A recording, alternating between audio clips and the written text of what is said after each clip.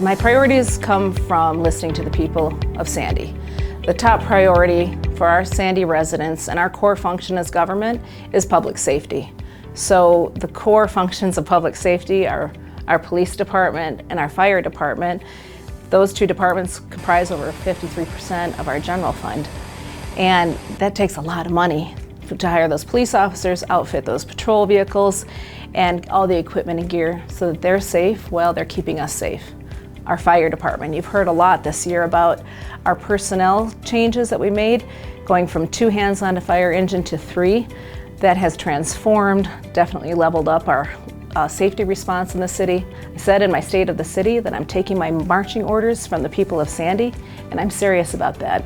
Over the last year, we've heard a lot about the importance of rebuilding our new Fire Station 31. That's our main headquarters for our fire department. It receives the most calls for services. It's really the busiest department, busiest station, and the heart of our fire department itself. It houses the administration and our busiest fire staff. We need to rebuild that. We have a plan for its new location, and we have a plan to fund it, and we can fund that right away this year with this budget. The public safety discussion goes hand in hand with our personnel costs. And you'll notice this year's budget, we're investing at new levels in maintaining our workforce. You know, this year we've experienced inflation, 9.1% in Utah.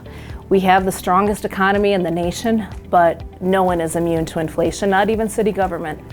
Like your household budget, my city budget has taken a huge hit from the costs of fuel rising.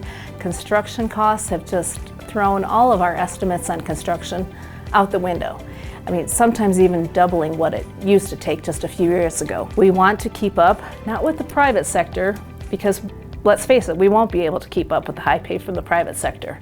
But the public sector, what our sister cities are paying, yes, Sandy should definitely be competitive with what our sister cities are paying. They're the backbone of every operation. Every time you turn around, you need a city engineer, a city attorney, a city planner, a police officer, a firefighter, a parks and rec team, someone to open up Alta Canyon Rec Center, someone to turn on the splash pads. It all takes personnel. And personnel costs are the biggest cost of our city budget. So my budget this year definitely delivers. We are taking care of our city staff and paying them at a competitive level so that we are not losing key personnel being poached off from other cities. There's a lot of fast-growing cities out there, and we want to keep the best in Sandy. And then my third priority for this year's budget is our fleet replacement. You know, during COVID, we basically shut down any new purchases that weren't absolutely critical. So we didn't keep up on replacing our pickup trucks, our police cars, and all the utility vehicles that we need to get things done in the city. So now we are so far behind, and so we are super investing in catching up. And going forward, we're going to be making ongoing investments in our fleet vehicles. Our police officers, their cars, their police vehicles are their mobile office.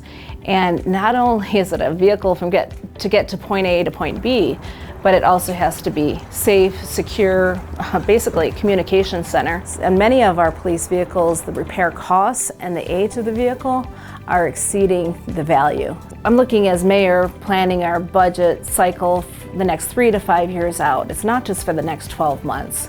And that's why it's so important that we have the investment in the people, number one, that we have a sustainable budget and that we don't spike from year to year and have highs and lows. People are managing the increase in their own family budget, just like I'm managing the increases in our city budget. We're trying not to go too high, take on too much all at once, but we definitely want to be growing. We definitely want to be sustaining a healthy community and having a responsible economic strategy to plan for our growth, to build our infrastructure, and always at the end of the day comes back to delivering the high quality of services our residents expect and deserve.